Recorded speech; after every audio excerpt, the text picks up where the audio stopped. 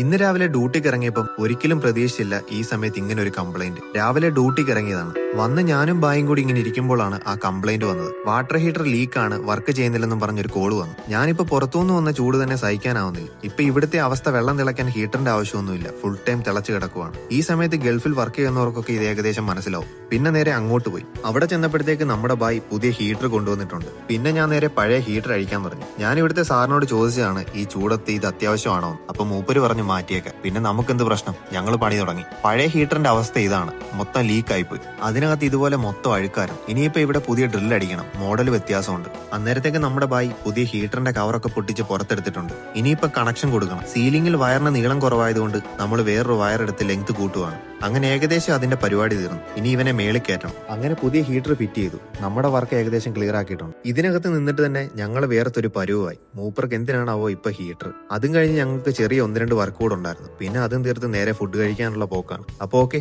അടുത്ത വീഡിയോ കാണാം. മറക്കണ്ട, യാത്രകളാണ് നമ്മുടെ ലക്ഷ്യം കേട്ടോ.